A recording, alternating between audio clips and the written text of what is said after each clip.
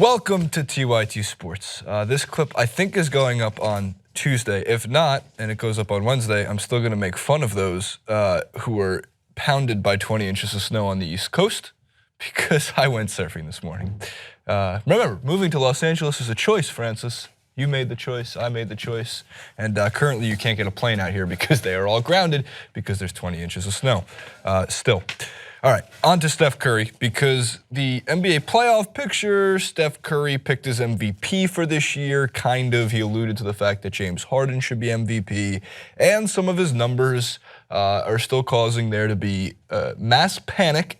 And then also, my favorite thing, the fan reaction. I think this is the absolute trough of Steph Curry's fan love-hate roller coaster, right? Like last year, when he hit the shot against the Thunder, the absolute peak, can't be beat, two-time unanimous MVP. Let's use that against him for the rest of his life. I don't remember people using it against Steve Nash. He wasn't unanimous, but he still won 2 MVPs.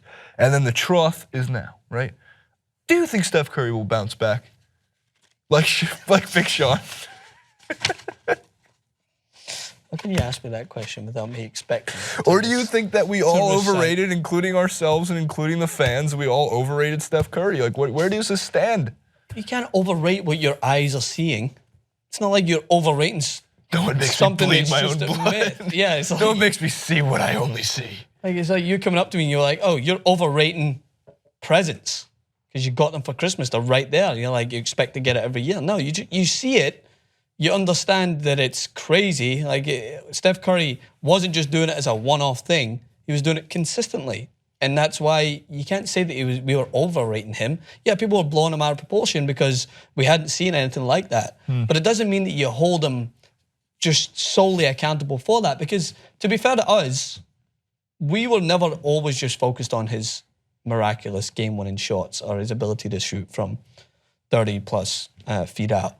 He was doing a lot of other things that was contributing to his team. His passing was very well. His spacing on the court. Yeah, his defensive ability is questionable because his size in comparison to who he's playing against. Which we've called into question. Which we have called into question. But it was just the sheer confidence that he carried in himself and the team. That was always a plus with his ability to score from a ridiculous distance and how easy he could get shots off when contested. So, yeah, people are going to criticize him when they don't see that every single week, because people then buy into this is a normality. This is what we're expecting. If we don't see him hit a shot from 35, 40 yards. Feet. Old habits die hard. It's never gonna die. From section 233, row 15. They're never gonna kind of accept that this guy is a remarkable talent, but he doesn't always have to do that all the time. There's no denying that he's going through a slump. That's obvious. He's not playing the same way he played last year or the year before that. But I think that's a worrying thing for other teams, because I think that he's going to pick up his form when it really matters, which is in the playoffs. And I think that's what's really going to come to fruition. So, yeah, we overplayed what we've seen because we hadn't seen it before. It's the same way that, like, are we overblowing the Greek Freak because we haven't seen anyone move like he has? And as soon as he stops playing that way or goes through a slump, we're going to completely say, it was a waste. He's not that good. That's the bipolar reaction of, I guess it's a lot of fandom. I was discussing with JR before the show, like the whole idea of like why certain fans cause other people to not like a team. J.R. Jackson's a staple of this because he has lived in LA for a long, long time. Because J.R.'s like 75 years old, hasn't making him out to be. He's not. But my point being is he doesn't like Laker fans. He doesn't like Raiders fans because he feels like he doesn't like, I'm sorry, not the fans. He doesn't like the teams because of the fans. And in this case, there's a lot of people who don't like the Warriors. Kevin Durant adding to that team really hurt their cause. If Kevin Durant never went to the Warriors, there'd be probably still a little bit of love left for Golden State Warriors. I don't think there's any really left. And I think people are enjoying watching Steph Curry play poorly. His numbers are not great. He still could finish with a 90, 50, 40 season, by the way. Where is it? The bottom line. So, of course, the points per game are down in roughly the same amount of minutes, and a lot of people like to look at that. But it's across the board, everything's down, and everyone's going to look at the same number. Let's just keep in mind he's still shooting 47.5% from the field as a career. I'm sorry, 46.1%. He's still shooting better than he was roughly from the field than about 3 years ago, 4 years ago, and of course he had the injury worries early on. My point being though, 39.3%. That's all people really want to look at is 39.3% with the 3-point shooting. You just made the point itself, Francis. It's one game. It's 10 of 13 performance from 3, and I promise you, he will do that in the playoffs. Not consistently, most likely, but there will be a game where Steph Curry hits his 35 points, hits his 40 points, makes those ridiculous passes, gets to the rim and finishes at the rim at still a better rate career-wise than Russell Westbrook does, right? That's gonna happen. It's probably gonna happen against a team like the Grizzlies or the Jazz, or if they're on the bottom half of the bracket, it might happen against the Rockets who I shouldn't say can't defend, aren't that good at defense. And we're gonna watch as that roller coaster goes way back up on the Steph Curry hype train. What we saw for 2 years may never be replicated in the NBA again. Enjoy that.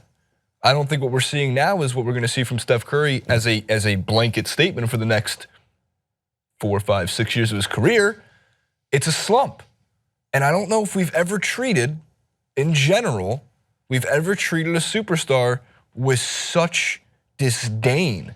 And I mean like actual hate. People are reveling in the fact that Curry isn't doing well. I don't know if I agree with that. I think LeBron James got just as much. Oh, his is his entire career. Yeah, his is just the entire career. So you're thinking more so just the fall. I'm just talking about the fall itself. It's remarkable to me. It didn't happen with Steve Nash. Lived right through that. It never happened with Kobe. What's the difference between Steve Nash and Steph Curry? What's the difference between Steve Nash and Steph Curry? When you're thinking about it, like Steph Curry is on the best team in the league. That's where it's that's where it's different because I'm using Steve Nash because I agree. Like I think Steve Nash is a very similar point of view because and he was a good 3-point shooter. Yeah, very good 3-point shooter. I love Steve Nash, but he wasn't on a superstar heavy team. Like he was on a good team. Very good point. There's no doubt he made the team better. That's why I think everyone was kind of like, well, we've got to give him some slack because he made everyone around him better, and then they completely think that Steph Curry doesn't make everyone better because he's got superstars around him. No, he makes those superstars, when he's playing very well, he elevates them to another level. That should be celebrated. It shouldn't be used as a mean to disregard him in his effort. First of all, Warriors Twitter does not handle losing really well at all. For a team that only has lost like 40 games over the past, 3 years total? No, including playoffs. Maybe that's because they're not used to it. They don't know how to deal with it. Yeah, they maybe have to get better at losing. Again, I'm going to use the same example I used in terms of the college basketball tournament. Lose in your conference tournament, win the big tournament. Lose now. Go through your slump now. Yeah. It's much better to slump right now in March and rest your players like Steve Kerr did. I'm actually ecstatic Steve Kerr rests his players. I think you're a complete idiot if you are against Steve Kerr resting against the Spurs. And there was a lot of hot takes and pundits wanted to jump on their back. You are not allowed to get mad at Steve Kerr for resting your players and praise Greg Popovich in the same sentence.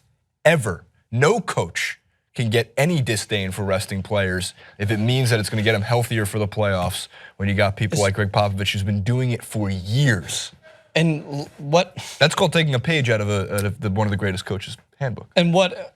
They paid the ultimate price last year for pushing for something and not resting their players. They came up short. They got fatigued. And that amazing record just has a little bit of an asterisk next to it because they didn't win the championship at the end. So was it worth it? Probably not. They would give them the championship. They would take the championship any day over a record. Here's my call to action. Stop hating on Steph Curry. Just enjoy the fact that he's, again, this is my whole thing. It's like optimistic Jason for 2017. Enjoy LeBron James. Enjoy Steph Curry. Enjoy basketball for what it is. Stop wanting injuries and stop wanting anything aside from a Cavs-Warriors final. I love the idea of competition, but if you think the Wizards versus the Spurs is a better series, you're insane. Can I get that put on paper just for when the Rhode Island crash out the first round of the March Madness? My expectations for my alma mater have nothing to do with this, Francis. They're going to win the whole fucking optimism carry over. Yeah, we're going to beat Creighton and we're going to stomp on Oregon, and then Louisville's going to end our run. All right, I'm excited. Just saying.